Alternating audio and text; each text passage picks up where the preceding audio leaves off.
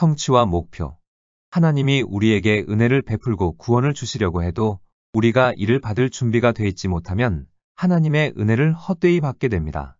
우리가 하나님의 은혜를 받기 위해서 가장 중요한 것은 우리의 삶의 크고 작은 목표를 분명히 설정하는 것입니다.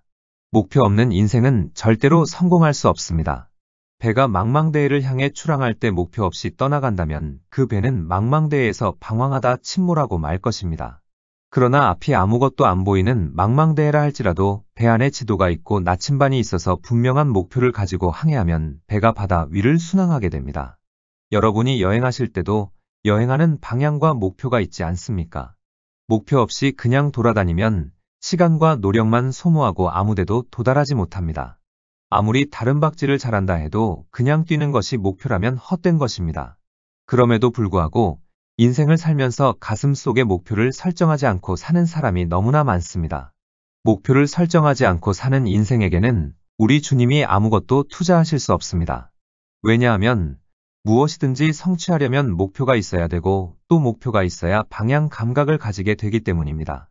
빌립보서 3장 13절로 14절에 형제들아, 나는 아직 내가 잡은 줄로 여기지 아니하고 오직 한 일, 즉 뒤에 있는 것은 잊어버리고 앞에 있는 것을 잡으려고 표대를 향하여 그리스도 예수 안에서 하나님이 위에서 부르신 부름의 상을 위하여 쫓아가노라.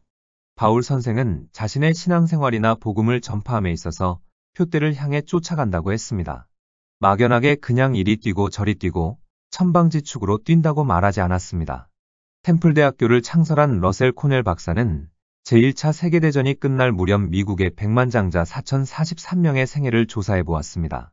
그런데 조사 결과 놀라운 것은 이 4,043명의 백만장자들 중 고등학교 졸업 이상의 학력을 가진 사람은 불과 69명 밖에 없다는 사실입니다. 여러분, 놀라운 일이 아닙니까? 그런데 코넬 박사가 살펴보니 성공한 백만장자들은 학력은 별 볼 일 없었지만 다른 사람보다 확연하게 다른 점이 있었습니다. 그것은 그들이 분명한 목표를 가지고 있었다는 것입니다. 마음속에 뚜렷한 목표를 가지고 그것을 위해 전력 투구하는 사람들이 백만장자가 되었지, 어느 고등학교를 나왔다, 어느 대학을 나왔다, 어느 대학원을 나왔다는 학력 때문에 성공한 사람은 별로 많지 않았다는 것입니다. 여러분 보십시오. 인생을 성공하는 것은 그 사람이 얼마나 많은 공부를 했는가, 학력을 가졌는가 하는 것으로 결정되는 것이 아닙니다. 얼마나 분명한 목표를 가지고 방향 감각을 잃지 않고 그 길을 향해 계속해서 뛰어가는가에 따라 결정되는 것입니다. 이것이 바로 성공의 비결입니다. 목표가 분명해야 돈, 시간, 노력을 집중할 수 있습니다. 확대경으로 햇빛을 종이에 비추어 구멍을 뚫으려면 햇빛을 한 곳에 집중하고 있어야 합니다. 그렇지 않고 자꾸 확대경을 이리저리 옮기면 구멍이 뚫리지 않습니다. 지붕 밑으로 떨어지는 물방울도 돌 위에 한 곳에 계속해서 집중해 떨어지면 돌에 구멍이 생깁니다. 이처럼 집중한다는 것은 놀라운 능력이 있는 것입니다. 무엇이든지 너무 얇게 깔아놓으면 아무것도 되지 않습니다. 하나에 집중해야 합니다. 목표를 세우고 집중해서 나아가야 내가 어디까지 도달했는지 알 수 있는 것입니다. 내가 부산에 가겠다고 목표를 정해놓고 출발해야 대전에 가면 아, 부산이 이제 얼마 안 남았구나, 또 대구에 가면 이제 가까이 왔구나 하며 목표에 견주어 제 위치를 알 수 있는데 목표가 없으면 대전에 간들 대구에 간들 내가 얼마나 목표에 도달했는지 알 수가 없는 것입니다. 하버드 대학교 비즈니스 스쿨에 들어가면 제일 먼저 비즈니스 하는 사람들에게 가르치는 것이 목표 설정이라고 합니다. 제1레슨이 목표 설정을 가르쳐 주는 것입니다. 이처럼 우리가 인생을 살아갈 때 목표를 분명히 정한다는 것은 굉장히 중요합니다. 여러분 다 잊어버려도 한 가지만 기억하십시오. 자신의 목표를 적어 사무실이나 가정에 걸어두고 매일 그것을 바라보며 기도하십시오. 내가 분명히 안 것은 사람이 목표를 설정해야 마음의 소원도 생기고 믿음도 생긴다는 것입니다. 믿음은 바라는 것의 실상입니다.